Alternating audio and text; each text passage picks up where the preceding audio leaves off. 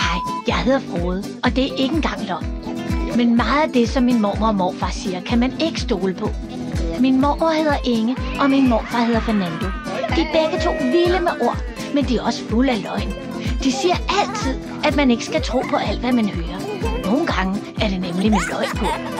I denne her historie kan du prøve, hvordan det er at være mig.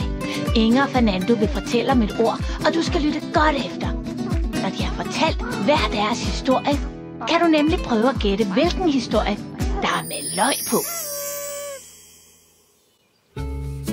Det var søndag, og det var den dag, hvor Frode fandt ud af, hvad ordet agurketid betyder.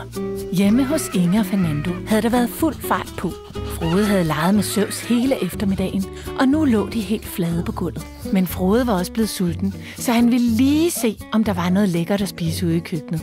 Halløj to, sagde Inge. I ligner 2 flade batterier. Ja, vi er hundesultne, sagde Frode og gik hen og åbnede køleskabet. Han regnede med at finde mælk og ost eller måske endda frikadeller, men hele køleskabet var proppet med agurker. Hvorfor har I så mange agurker? Spurgte Frode. Han kiggede over på Inge, som smilede skævt til ham. Det er fordi, man altid skal være klar til agurketid, sagde hun. Agurketid, sagde Frode. Hvad betyder agurketid? Og så skete der det, som altid sker hjemme hos Inge og Fernando. Når et nyt og mærkeligt ord dukker op, så begynder de straks at fortælle historier. Og nu begyndte Inge at fortælle om ordet agurketid.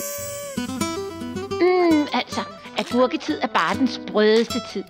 Det er den tid på døgnet, hvor agurker er det eneste, man må spise.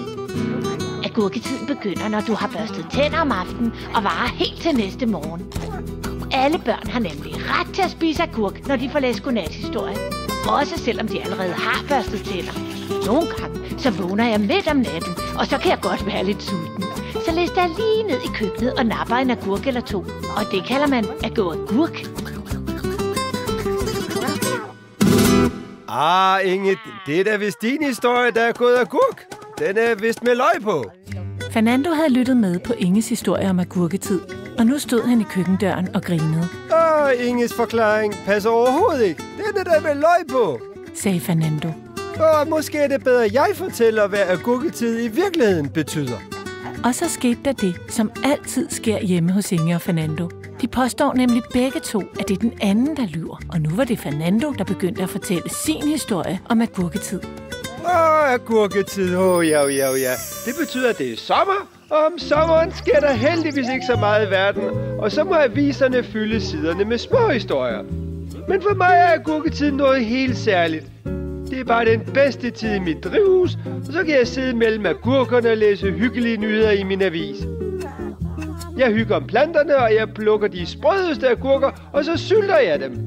Så når vinteren kommer, så har vi hylderne fulde af sommer på glas. Fanden, du er helt ærlig. Du spreder falske nyheder. Den historie er helt sikkert med løg på. Nu havde Frode lyttet til både Inge og Fernandos historie. Han kiggede først på Fernando, så kiggede han på Inge. Det var 2 meget forskellige historier, og Frode var helt forvirret. Hvem af dem havde mon ret? Og hvilken af historierne var med løg på? Hvem taler sandt, og hvem er fuld af løg? Betyder agurketid, at man gerne må spise agurker, selvom man har børstet tænder? Hvis du tror, Inges forklaring er med løg på, skal du vælge det røde løg. Eller er agurketid bare sommer uden så mange nyheder? Hvis du tror, Fernandos forklaring er med løg på, så skal du vælge det lille løg. Hvad synes du, jeg skal vælge? Og så gjorde Frode det, som han altid gør. Han cyklede på biblioteket, for han vidste lige præcis, hvem der kunne hjælpe ham med svaret. Henne på biblioteket arbejdede Ulla, og hun vidste næsten altid, hvor man kan finde svar. Da Frode trådte ind på biblioteket, sagde hun, hej Frode, har du mødt nogle nye mærkelige ord? Ja, sagde Frode. Ved du, hvad agurketid betyder? Ja, det tror jeg gør, sagde Ulla. Men vi kan jo lige slå det op sammen. Og der stod det sort på hvidt. Agurketid er en rolig sommertid, hvor aviserne fyldes med små, sjove historier i stedet for store nyheder. Så havde Fernando ret, sagde Frode. Og det var Inges historie, som var med løg på. Ja, sagde Ulla. Men Inges forklaring var nu også ret sjov. Jeg synes faktisk, det er en god idé at spise agurker, mens man får læst godnathistorie. Mens Frode cyklede hjem igen, tænkte han på sprøde agurker og saftig agurkesalat. Og han tænkte især på, at Inger og Fernando helt sikkert aldrig ville kunne snyde ham igen. Da Frode var hjemme igen, havde Fernando lavet frikadeller. Og nu sad de i køkkenet og snakkede om agurketid. Om alle de sjove nyheder, Fernando havde læst i avisen. Vil du lige række mig løgene, Frode? Sagde Inge.